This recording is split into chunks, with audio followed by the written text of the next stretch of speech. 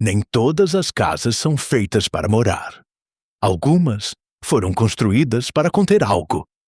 E quando esse algo escapa, nomes desaparecem, registros somem, e o tempo apaga tudo, como se nunca tivesse existido. Mas existem vestígios, pequenos fragmentos espalhados em diários antigos, cartas rasgadas e fitas que ninguém deveria ouvir. A história que você vai ouvir agora foi considerada perigosa demais para ser contada. Mas ela aconteceu. Parte dela foi registrada por Lorraine Warren, antes de encerrar suas investigações para sempre. Se você continuar, faça por sua conta e risco, porque depois disso, você também vai se lembrar de um nome, mesmo que nunca o tenha ouvido antes. Era 3h07 da manhã. Sarah acordou com a filha de 6 anos, Emily, parada ao lado da cama. A menina estava com os olhos abertos, fixos, mas não piscava. Ela segurava um coelho de pelúcia manchado de sangue seco. E sussurrou algo, quase inaudível. A mulher do teto quer falar com você. Sarah sentou-se num sobressalto, o coração disparado. Olhou em volta, tudo silencioso. Mas a menina já não estava mais ali. Sarah gritou o nome da filha. Nada. A casa parecia vazia. Foi então que ouviu uma voz arranhada vinda do teto, como se alguém ou alguma coisa estivesse se arrastando entre as vigas. E então, uma batida. Outra. 3 ao todo. Sempre às 3h07. E o que começou como um sussurro, logo se transformaria em um pesadelo real. Esta não é apenas uma história de uma família assombrada. É um relato nunca divulgado, baseado em transcrições reais coletadas por Lorraine Warren antes de sua morte. E a verdade é, o que aconteceu naquela casa em Connecticut em 1983 nunca foi exorcizado. Nunca foi esquecido. E o que quer que estivesse lá, ainda está. A família Merton havia acabado de se mudar para uma antiga propriedade rural em Connecticut. Sarah, uma professora afastada por esgotamento. Michael, arquiteto freelancer, tentando recomeçar após perder o emprego. E Emily, a filha de 6 anos, sensível, introvertida, mas sempre sorridente. A casa fora um achado. Grande, afastada da cidade e com um preço abaixo do mercado. Eles acreditavam que aquele recomeço poderia curar antigas feridas. Os primeiros dias foram tranquilos. Apesar da casa precisar de reparos, havia algo acolhedor nas janelas amplas, no barulho da madeira, na lareira sempre acesa.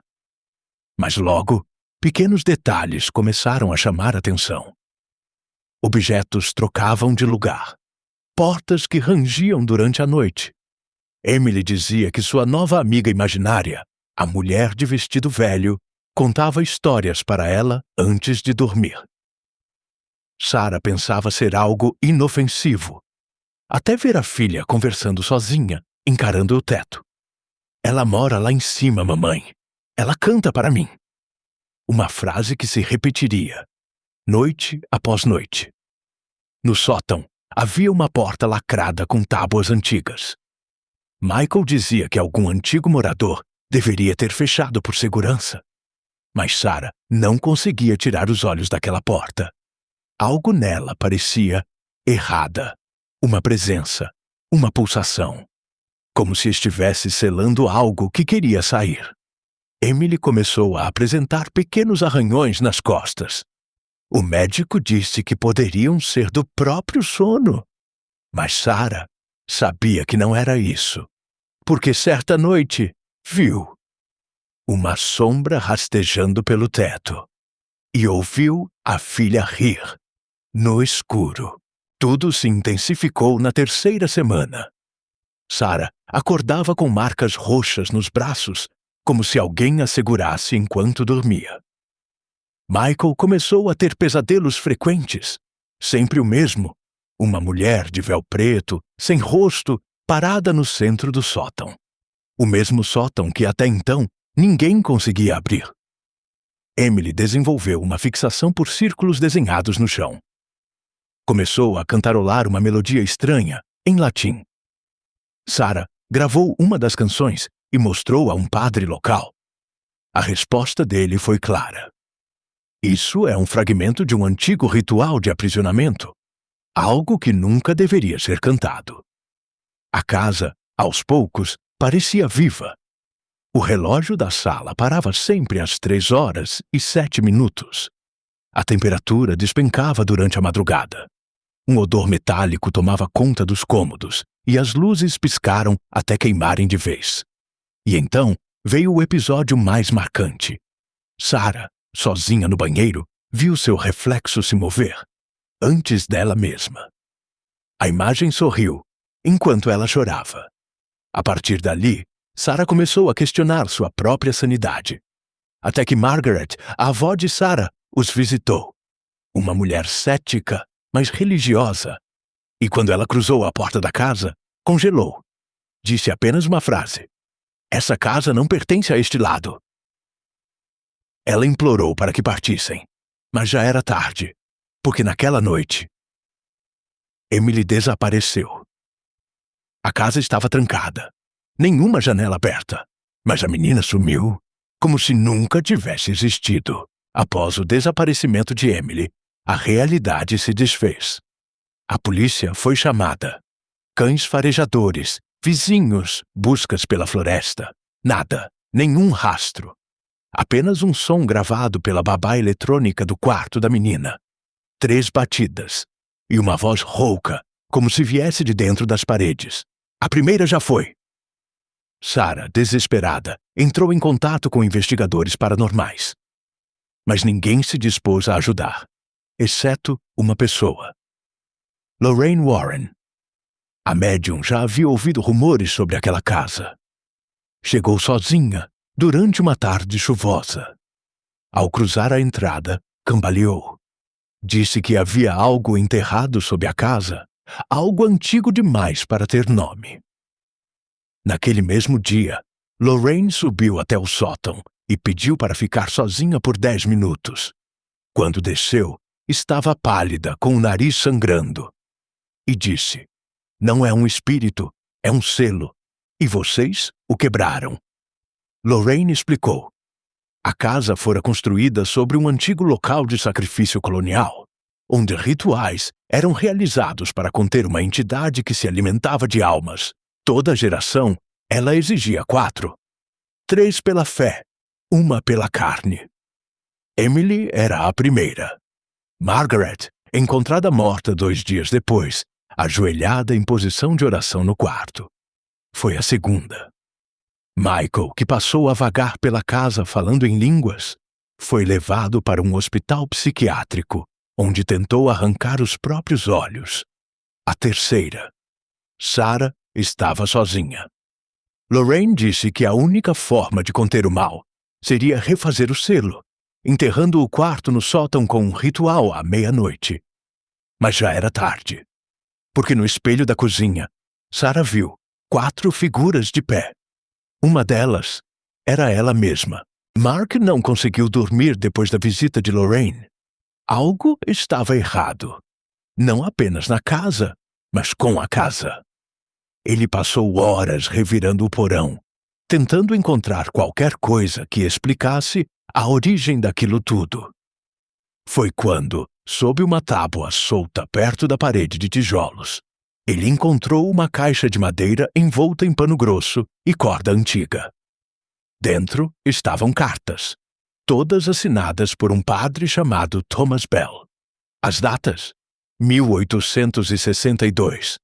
Eram confissões, registradas como desespero.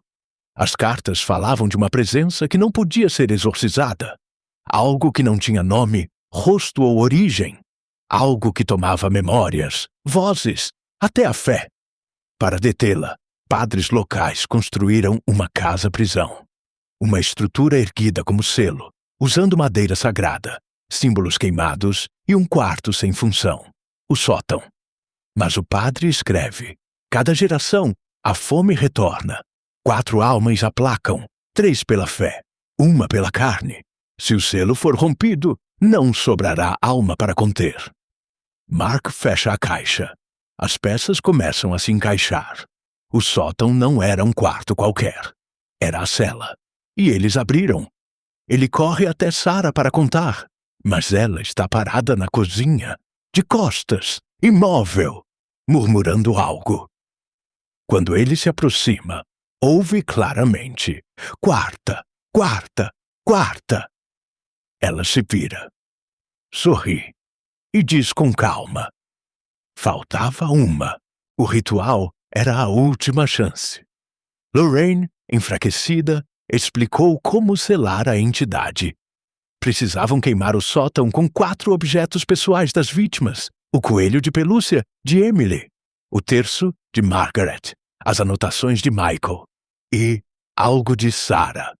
Ela ofereceu a aliança de casamento. À meia-noite, Mark e Lorraine subiram as escadas com os objetos. O ar estava denso. A madeira rangia como se estivesse viva. No centro do sótão, uma figura os esperava. Alta, magra, com um véu escuro cobrindo o rosto. Mas quando Lorraine levantou a vela para ver melhor, não havia rosto algum. Apenas carne costurada e olhos costurados. A criatura se moveu sem som, como fumaça espessa. Lorraine começou o ritual. As chamas envolveram os objetos, mas a criatura gritou. Um grito que não veio do corpo, mas da própria casa. As paredes estremeceram.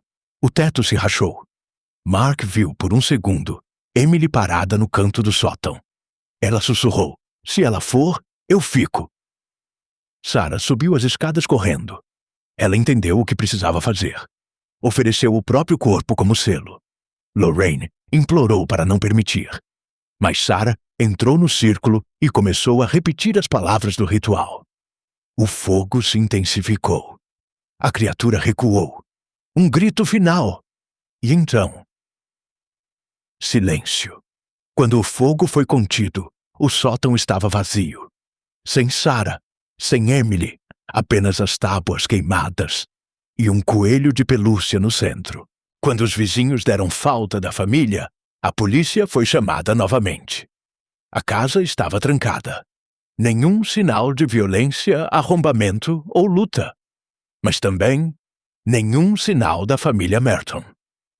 Todos os cômodos estavam vazios, sem móveis, sem roupas, sem vestígios de que alguém morava ali. Apenas a estrutura, o silêncio. E no chão da sala, uma fita cassete ainda rodando. O áudio, depois de restaurado pelo FBI, revelava vozes distorcidas, gritos abafados, sussurros invertidos, ruídos de batidas e uma única frase repetida com clareza: Quarta Anima Clauditur. Tradução livre do latim: a quarta alma está presa. Lorraine Warren recebeu uma cópia da fita pelo correio. Sem remetente, sem explicação, ela escreveu no diário: não há registros da família Merton em nenhum cartório local, nenhuma certidão, nenhum histórico escolar, nada. Mas eu sei que existiram, porque eu ouvi. Ouvi a menina chamar pela mãe. Ouvi a velha rezando. Ouvi a entidade respirar. Essa casa não foi construída para abrigar pessoas. Foi feita para conter algo. E agora, esse algo está solto. O caso nunca foi arquivado oficialmente. Nenhuma reportagem foi publicada. Nenhum relatório foi tornado público. Mas desde então, aquela casa permanece vazia. Vendida diversas vezes, mas sempre devolvida. Porque dizem, às 3h07 ela canta e sempre chama alguém pelo nome.